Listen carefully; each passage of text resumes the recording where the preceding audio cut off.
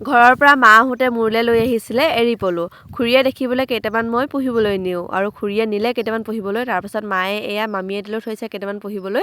বাকী থকাখিনি এতিয়া খাই পেলাব লৈছে। মা আমাৰ ঘৰলৈ আহোঁতে এইখিনি লেটা হোৱাই নাছিলে, হ'লেও মায়ে এই পলু বাঁহখিনি লৈ আহিছিলে আৰু এতিয়া এসপ্তাহমান ৰাখিলোঁ, ধুনীয়াকৈ লেটা হৈ গ'ল। আমাৰ ফালে এই পলু বাঁহবোৰ খাৰ দি সিজাই লেটাবোৰ উলিয়াই খাই পেলাওঁ, তেতিয়া টাকুৰি থোটাবোৰ কাটিবলৈও ভাল হয়। এতিয়া টাকুৰীয়া কাৰণে মই এনেদৰে কাটি কাটি উলিয়াই দিব ক'লোঁ মাক। তাৰপাছতে আহিলে ধান মৰা মেচিন, যিহেতু বছৰেকৰ ভাতমুঠি ভঁৰালত গোটাই ল'ব লাগিব। এইফালে ধান মাৰি গৈছে, আনফালে ভঁৰালত ধান ভৰাই গৈছে। আৰু চাওকচোন বাৰু, এমাহৰ কাম 2 ঘণ্টাতে শেষ। আমাৰ 2 ঘণ্টামান লাগিব। আগতে হোৱা হ'লে এইখিনি কাম মানে এমাহ বেছিহে লাগিলেহেঁতেন, কিন্তু এতিয়া 2 ঘণ্টাতে শেষ। প্ৰযুক্তিবিদ্যা যিমানহে উন্নত হৈছে, অহা বছৰলৈ এই মেচিনটোৱেও কাম নিদিব, কাৰণ পথাৰত এতিয়া ধান দোৱা মেচিন লাগি গ'ল আৰু ধান দোৱা মেচিন পথাৰত লগাৰ লগে লগে এইটো মেচিনৰো কাম নাই। আনফালে বনাইছোঁ মই গাহৰি মাংস আৰু লাই শাক। এইটো কাৰ কাৰ প্ৰিয় জনাবচোন। তাৰপাছত আনফালে বনাব লৈছোঁ মই লেটাখিনিতো আপোনালোকক দেখাইছিলোঁৱেই, সেই লেটাখিনিতে মই বনাব লৈছোঁ। এইফালে পিঁয়াজ অলপ সৰহকৈ দি এনেদৰে ভাজি আছোঁ। আৰু এইখিনি কাৰ কাৰ প্ৰিয় জনাবচোন। এই লেটাৰ লগত যদি ৰহি অকণমান হয়, কি খাব আৰু, কি যে ভাল লাগে নহয়।